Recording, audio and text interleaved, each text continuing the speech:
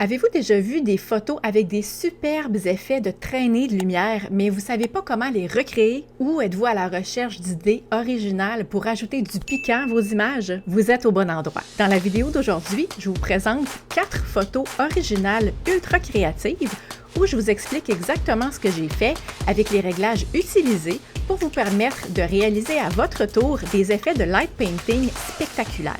Le tutoriel d'aujourd'hui, c'est le deuxième de la série portant sur la photographie créative. Pour que les techniques présentées soient les plus accessibles possibles, j'avais 2 critères que je me suis mis comme défi à respecter pour la série. Le premier étant d'utiliser une seule source de lumière, donc pas de setup compliqué de studio. Le deuxième critère, c'était d'utiliser un objectif très polyvalent et très commun. J'ai choisi le 50 mm f1.8. Les 4 photos que vous allez voir aujourd'hui, c'est des images qu'on a réalisé dans le gym où je m'entraîne. Alors, merci à Johan de nous avoir prêté le grand local pour faire la séance photo. Je voulais un grand local parce que je voulais éviter que la lumière reflète sur les murs. Si vous essayez de faire du light painting dans une très petite salle, ça va être un défi pour vous parce que ça va tellement être lumineux, ça va tellement éclairer que probablement que les murs vont apparaître en arrière-plan. Si vous êtes capable d'être distancé des murs,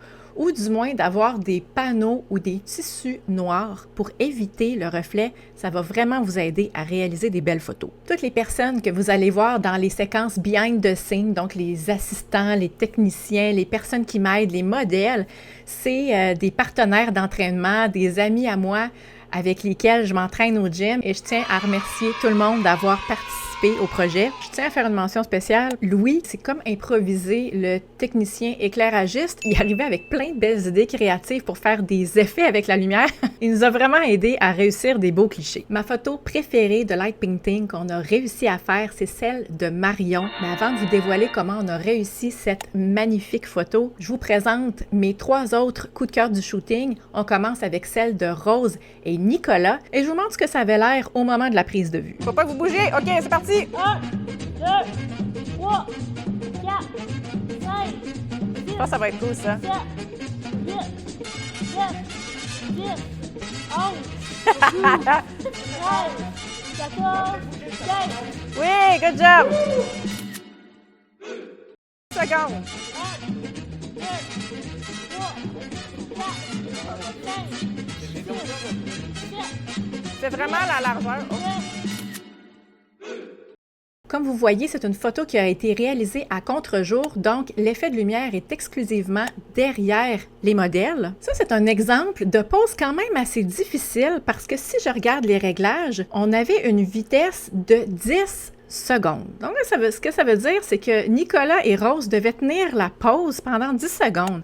Mais c'est un défi supplémentaire quand on a une pause où il faut qu'on force un petit peu. Ça a été un défi les avoir le plus immobiles possible, mais quand on a eu la bonne shot, par exemple, on était vraiment contents. J'ai utilisé la plus petite vitesse que j'avais de disponible sur mon objectif 50 mm, soit f22. Donc, si jamais j'avais un petit peu de flou de mouvement, ce qui peut arriver quand on fait du light painting, au moins, j'avais pas de flou de netteté avec le sujet parce que j'avais une très grande profondeur de champ. Si on regarde le avant-après en post-production, j'ai augmenté le contraste, j'ai été rechercher beaucoup les noirs et j'ai rajouté un effet de flare violacé pour créer plus de dimension sur les côtés de l'image. Juste avant de passer à la deuxième photo, je veux mentionner que la réalisation de la vidéo d'aujourd'hui a été possible grâce à la participation de Newer qui m'ont envoyé 2 accessoires. Ça fait longtemps que vous me demandez de faire des vidéos behind the scenes. J'étais pas équipée, mais maintenant, grâce à mes micros sans fil, je peux le faire. Ça m'a pas empêché de crier dans les micros pendant la prise de vue. La boîte en question contient 2 micros sans fil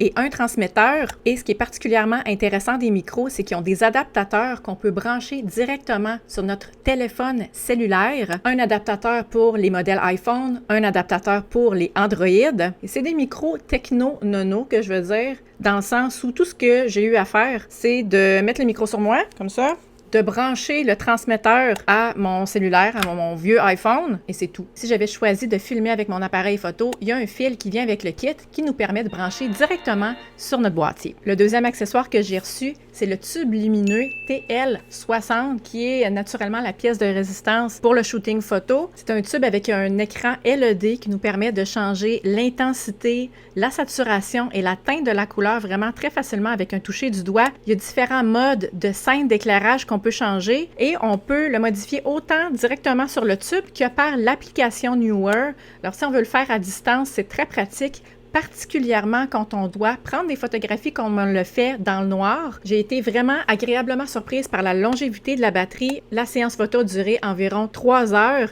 et il me restait encore 1 ou 2 barres de la batterie à la fin de la séance. J'ai mis les liens en description si vous voulez plus d'informations. La deuxième image que je vais vous présenter, c'est un portrait de Shedlin. Je vous montre ce que ça avait l'air pendant la séance photo. Pour 10 secondes, dans 3, 2, 1, c'est parti. Oui, oui, oui, oui. Good job. Wouh!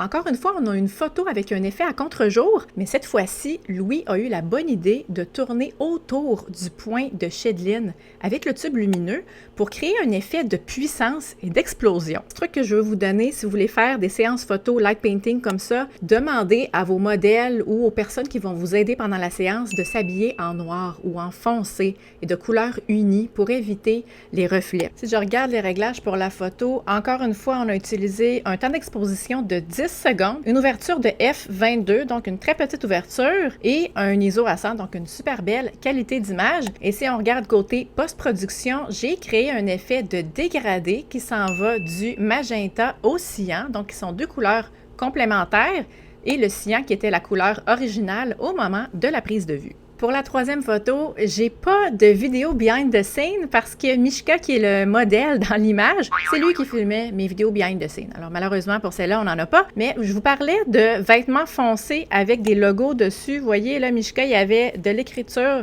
à l'avant de son gilet et ça attire un petit peu l'attention dans la prise de vue. Ceci dit, c'était pas nécessairement prévu qu'il soit modèle dans la séance photo. On a décidé un petit peu dernière minute, alors on peut très bien l'excuser. L'inspiration de la photo, probablement que les fans du populaire manga l'ont déjà remarqué, c'est une image de Luffy de la série One Piece. Mishka, c'est un très grand fan, il aime beaucoup le personnage et là, il a dit « mais j'aimerais ça recréer la position de Luffy ». Alors, on l'a fait et l'idée de Louis, donc Louis a apporté une très grande créativité dans la séance photo, a eu la très bonne idée de créer l'effet comme s'il donnait un coup de poing par terre. Côté réglage, on a utilisé une vitesse de 8 secondes à f22 avec un ISO 100 et en post-production, j'ai augmenté le contraste, mais j'ai pas fait grand-chose. Mais ce que j'ai fait particulièrement, j'ai ajouté un effet de poussière ou de brillant à l'endroit où il donne le coup de poing pour faire comme une explosion. Ça fait vraiment un effet très intéressant. Quatrième et dernière photo que j'ai pour vous aujourd'hui, qui est ma favorite, qui est le portrait de Marion. Je vous montre ce que ça avait l'air behind the scene. Ça, je vais le bouger en même temps, ça va faire deux choses. Comme ça, puis là, la même position, mais tourne-toi un peu plus vers nous. Oui. C'est beau le bras en l'air. Oui, comme ça. OK, good. Là, on a exactement. Oui. 8 secondes encore. 3, 2, 1. C'est parti.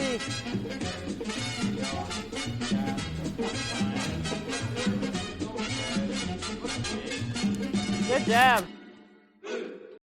Pour réaliser l'effet brillant qui est en avant-plan, qui ressemble à un rideau diaphane, en fait, c'est ça, exactement ça ici, qui est comme des petites pierres collantes brillantes que j'ai acheté ça au Dollarama. Je pense que c'était 2 $. Et j'ai coupé un petit trou. Et là, ce que je faisais, c'est que je le plaçais autour de mon objectif et je le bougeais pour créer une composition intéressante. Et j'avais mon ami Rose qui tenait à côté de moi une lampe de poche pour aller éclairer les brillants comme ça. Vous voyez comment ça prend vie? S'il n'y a pas de lumière, ça a l'air de pas grand-chose, mais une fois qu'on les éclaire, c'est là qu'on voit tous les reflets intéressants. Et là, je parle encore de Louis. Il a eu la très bonne idée de passer le tube lumineux au sol avant d'aller derrière Marion pour faire la grande forme en rond, ce qui fait comme un effet de reflet et qui va vraiment détourer le sujet. Alors, ça a été vraiment une bonne idée de faire ça comme ça. Encore une fois, ça a été une question d'essai et erreur. On l'a pas eu du premier coup, mais à chaque fois, on gardait en note ce qui avait fonctionné et on tenait compte de ça pour les photos suivantes jusqu'à éventuellement avoir le résultat qu'on voulait obtenir. Réglage 8 secondes, f22, ISO 100. Et voici le avant-après de la post-production et des modifications que j'ai faites.